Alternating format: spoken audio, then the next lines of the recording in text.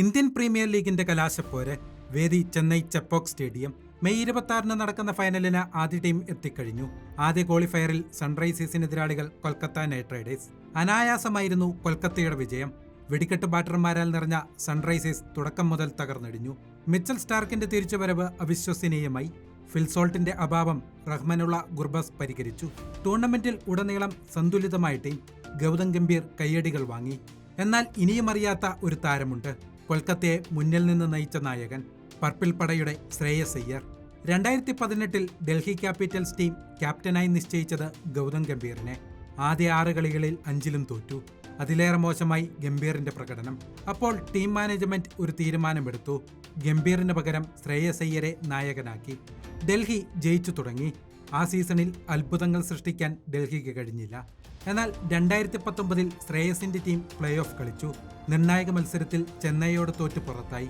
അപ്പോഴേക്കും ശ്രേയസ് അയ്യരിലെ നായകനെ ക്രിക്കറ്റ് ലോകം തിരിച്ചറിഞ്ഞിരുന്നു. 2020 IPL ആദ്യമായി ഡൽഹി ഫൈനൽ കളിച്ചു ശ്രേയസ് അയ്യരിന്റെ കീഴിൽ. 2021 പരിക്ക് വില്ലനായി. ശ്രേയസിന് സീസണിന്റെ പകുതിയോളം നഷ്ടമായി. തിരികെ വന്നപ്പോൾ ക്യാപ്റ്റൻ സ്ഥാനം ലഭിച്ചില്ല. പിന്നാലെ ഡൽഹിയിൽ നിന്നും ശ്രേയസ് പുറത്തുപോയി. 2022 അയാൾ കൊൽക്കത്തയിലെത്തി. നായകസ്ഥാനം ലഭിച്ചെങ്കിലും ടീമിന് മുന്നേറാനായില്ല. 2023 വീണ്ടും പരിക്ക്. 8 മാസത്തോളം കളിക്കളം വിട്ട് പുറത്തു നിൽക്കേണ്ട വന്ന താരം. കഴിഞ്ഞ ഒരു വർഷത്തിനിടയിൽ പലതവണ പുറംവേദന അയാളെ കഷ്ടപ്പെടുത്തി. ഒടുവിൽ IPL തൊട്ടുമുമ്പായി BCCI കരാറും നഷ്ടമായി. എല്ലാ പ്രതിസന്ധികളെയും അയാൾ മറികടക്കുകയാണ്. കാലത്തിന് തിരിച്ചടി നൽകുകയാണ്. IPL ചരിത്രത്തിൽ ആദ്യമായി കൊൽക്കത്ത പോയിന്റ് ടേബിളിൽ ഒന്നാമതെത്തി. സുനിൽ നരേൻ ഓപ്പണറായതോടെ 9ാം നമ്പർ വരെ നീളുന്ന ബാറ്റിംഗ് നിര.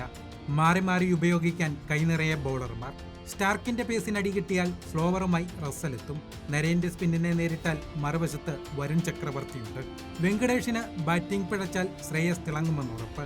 റിങ്കുവിന്റെ ഫിനിഷിംഗ് പതറിയാൽ റസ്സലും രമൺദീപും കളിക്കും. ഇതൊന്നും പോരെങ്കിൽ മനീഷ് പാണ്ഡെയുടെ അനുഭവ സമ്പത്ത് കരുതിയിട്ടുണ്ട്.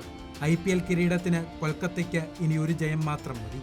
പ്രിയ ശ്രേയസ്, നമുക്ക് ചെപ്പോക്കിൽ കാണാം.